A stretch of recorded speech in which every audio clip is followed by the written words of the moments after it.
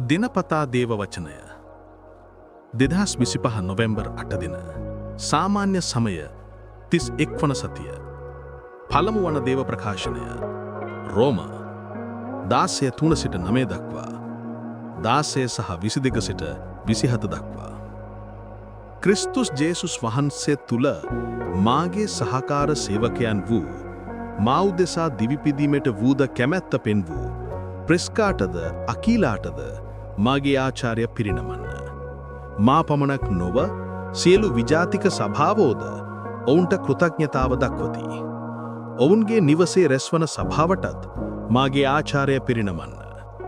ආසියාවෙන් ක්‍රිස්තුන් වහන්සේ වෙත මුලින්ම හැරුණු මාගේ කල්යාණ මිත්‍රයෙකු වූ එපීනතස්ටද ඔබ උදෙසා අධික ලෙස වෙහෙස දැරූ මරියාටද මාගේ ආචාර්ය පිරිනමන්න.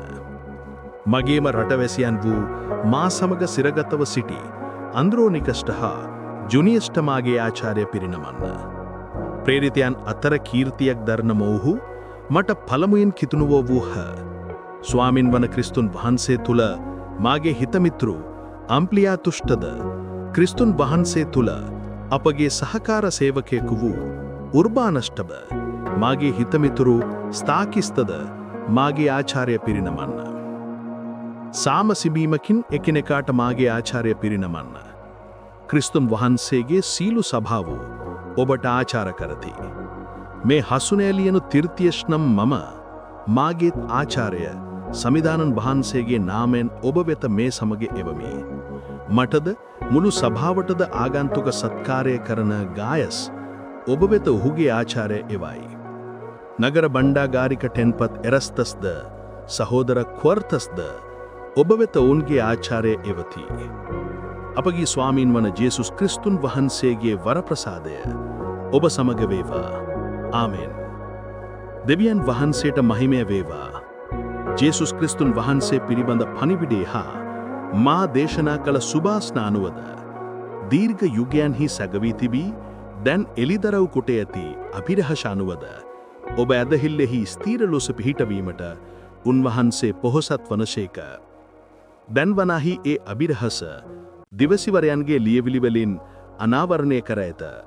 සියල්ලන්ම අදහ කීකරු වන පිණිස සදාතන දෙවියන් වහන්සේගේ ආඥාවෙන් එය සකල ජාතීන්ට ප්‍රකාශ කොට ඇත.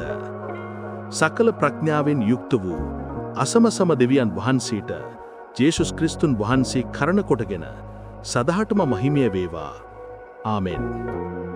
සුවිශේෂය ලූක් 16:9 සිට 15 දක්වා. එබැවින් මම ඔබට කියමි. ලෞකික වස්තුවෙන් මිතුරන් සපයා ගන්න. වස්තුව නිමව ගිය කල ඔවුන් ඔබ සදාතන විමානවලට පිළිගනු ඇත. අල්ප දේ ගැන විශ්වාසී තැනැත්තේ මහත් දේ ගැනත් විශ්වාසී වේ. අල්ප දේ ගැන වංචනික තැනැත්තේ මහත් දේ ගැනත් වංචනික වෙයි.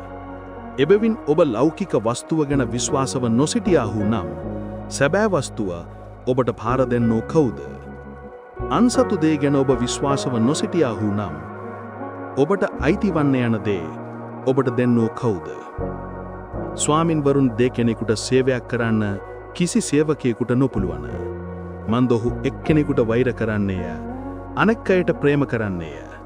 නොහොත් එක්කෙනෙකුට ලැදිවන්නේය, අනිත් අය හෙලා දකින්නේය. දෙවියන් වහන්සේට හා වස්තුවට එකවටම සේවයක් කරන්නට ඔබට බැරිය.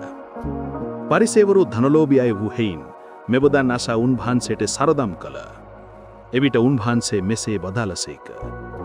ඔබ නම් මිනිසුන් ඉදිරියෙහි ඔබගේම දමවිටු ගන පාරට්ටු කරගන්නා අය. එහෙත් දෙවියන් වහන්සේ ඔබගේ සිත් දන්නාසේක.